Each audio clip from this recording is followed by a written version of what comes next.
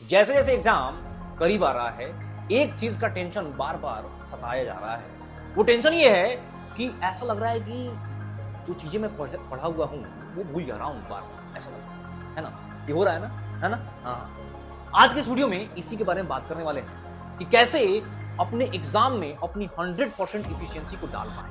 अभी तो ऐसा हो रहा है कि जैसे ही एग्जाम हॉल में एंटर किए कि 50% चीजें एग्जाम हॉल के बाहर, और जैसे ही पेपर मिला वैसे ही 50% और गए।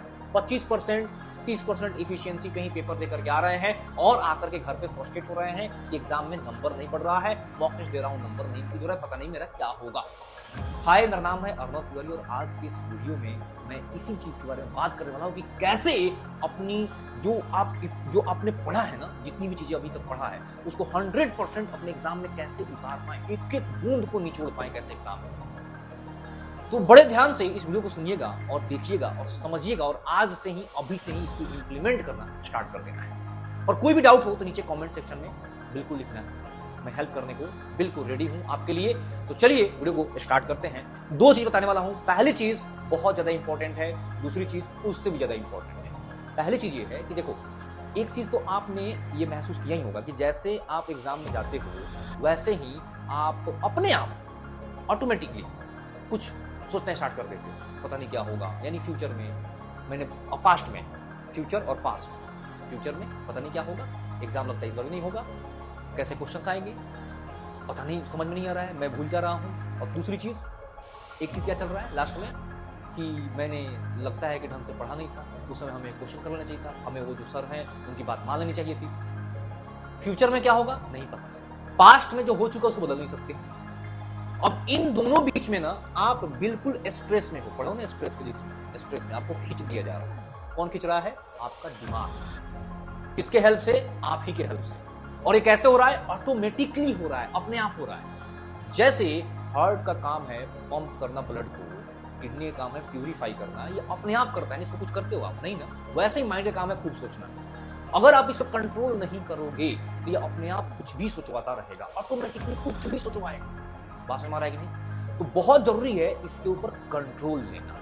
कैसे कंट्रोल लेना है? फर्स्ट पार्ट वीडियो का इसी के ऊपर। सबसे पहले आप जहां पर भी, जैसे ही स्टार्ट हो इस तरह की ओवर थिंकिंग, अलर्ट हो जाना है। माइंड का एक नेचर है कि आपने अगर उसको रोकने की कोशिश करोगे किसी चीज से तो रुकेगा नहीं और बढ़ जाए। दिमाग में कोई चीज डिवाइड या सब्ट्रैक्ट नहीं होती, दिमाग में हर एक चीज मल्टीप्लाई होता है। अगर मैं आपको बोलूंगा कि अपने मम्मी के बारे में मत सोचना तो आप मम्मी के बारे में ही सोचोगे। मैं बोलूंगा कि अपने पापा के बारे में बिल्कुल मत सोचना, पापा के बारे में ही सोचोगे। मैं बोलूंगा कि अपने पास्ट के बारे में मत सोचना, पास्ट के बारे में ही सोचोगे। शायद रोने भी लगेगा अपने एक्स को याद करके, बट ऐसा नहीं करना है।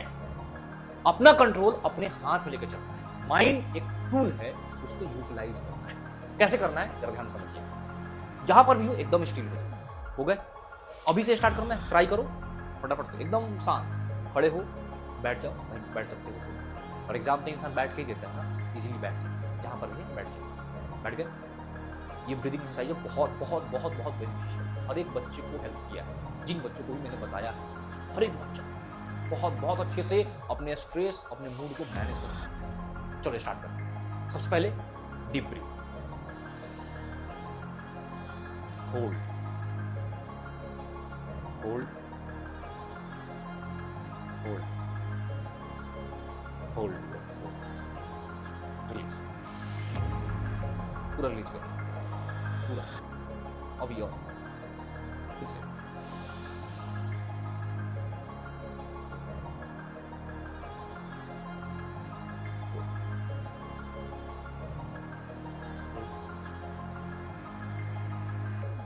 Hold, release,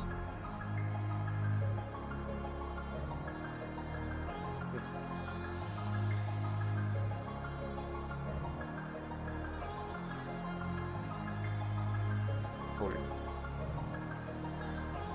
release. जब भी प्रॉब्लम हो इस ब्रीदिंग एक्सरसाइज को 10 बार ट्राई करें। कितनी बार? 10 बार। तुरंत आपका कंट्रोल आपके हाथ में आ जाएगा। आप ना माइंड को डिस्ट्रैक्ट कर सकते हो, रोक नहीं सकते।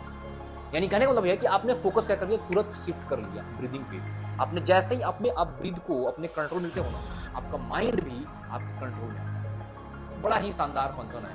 अपने इंडिया में इस चीज़ को लोग बहुत पुराने समय से लेते आ रहे हैं। अब इसी चीज़ को अंग्रेजों ने नया नया नाम दे दिया, बट हमको उससे दिक्कत नहीं, अपनी ही चीज़ है कि नहीं? और जरा सुनो ध्यान से। दूसरा जो चीज़ है उसको क्या करना है आपको, एक ब्लैंक पेज लेकर के। ये जो सेकेंड टेक्निक है ये आपका कॉन्फिडेंस नेक्स्ट लेवल को बूस्ट करेगा।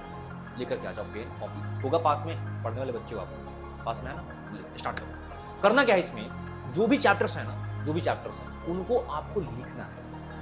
इसको बोलते हैं एक्टिव रिकॉल। एक एक्टिव रिकॉल होता है ना, ऐसे आंख बंद करके ना सोचते रहता है, फिर नींद आ जाता है, फिर सोता है। तो सोने का तो बड़ा बढ़िया तरीका है कि सोने से पहले करो, बढ़िया अच्छा नींद आता है। बट रिवीजन करने के लिए, यानी कि उस चीज को पूरी तरीके से अपने जहन में उतारने के लिए, दिमाग में उतारने के लिए, दिमाग में से निकालने के लिए ये तरीका उतना कारगर नहीं होता है। स्टार्टिंग में होता है, ठीक है। अभी इस टाइम पे क्या करना है आपको, अभी इस टाइम पे एक्टिव रिकॉल करना है।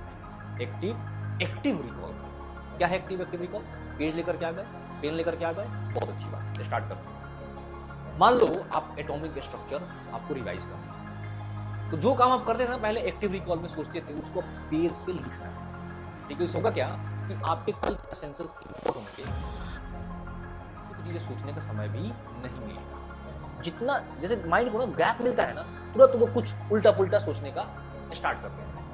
ऐसा हो जाता है कि जितने भी बड़े लोग होते हैं ना, वो अपने आप को किसी बड़े काम में बिजी रखते हैं। कि वो लगता है खाली दिमाग शैतान का घर, वही चीज है। तो दिमाग को खाली नहीं छोड़ना है, सही है। अब आज ध्यान सुनो, आप स्टार्ट करो एटॉमिक स्ट्रक्चर। क्या है सब? Bohr's model. बोर्स मॉडल में क्या क्या पढ़ते हैं हम लोग, लिखो। बोर्स मॉडल क्या क्या है, तो अपना हम लोग वेलोसिटी पढ़ते हैं, हम लोग उसमें रेडियस पढ़ते हैं, हम लोग उसका एनर्जी पढ़ते हैं, पोटेंशियल एनर्जी, सबको लिख के चलो, फॉर्मूला लिख के चलो फटाफट से कि सर स्पीड का फॉर्मूला ये होता है, रेडियस का ये होता है, r is equal to r naught n square by z, है ना, v is equal to v naught z by n, e is equal to, है ना, e is equal to total energy, e is equal to minus e naught z square by n square, e naught कितना है 13.6 electron. ऐसे लिख के चलिए। वैसे de Broglie का, हाइजेनबर्ग का, है ना, क्वांटम नंबर वाला 4 नंबर लिख लो फटाफट से, हुंस रूल, है ना, इलेक्ट्रॉनिक कंट्रेक्शन 4-5 को लिख लो, हो गया रिवीजन फटाफट से, 5 मिनट में रिवीजन कंप्लीट। वैसे ही आप दूसरे चैप्टर, तीसरे चैप्टर, चौथे चैप्टर, और ये बोरिंग भी नहीं है, ये इंटरेस्टिंग भी है, बोरिंग भी नहीं है, हाँ या ना। और जो भी लगता है कि इसमें भूले हुए हैं, फटाफट से क्या करो, अपनी कॉपी शॉर्ट नोट्स होगा आपके पास, नहीं होगा तो कोई बात नहीं, कहीं से डाउनलोड करो, फटाफट से निकालो और देख लो कि ये चीज मिसिंग है। आपको पता भी चल जाएगा कि हाँ ये चीज मिसिंग है। इससे होगा क्या ना, एक तो रिवीजन भी हो गया, दूसरी चीज आपकी मेमोरी से वो चीजें बाहर निकल करके आ गई, और इससे आपका कॉन्फिडेंस भी बूस्ट हो। तो 2 तरीका मैंने बता दिया। क्या तरीका?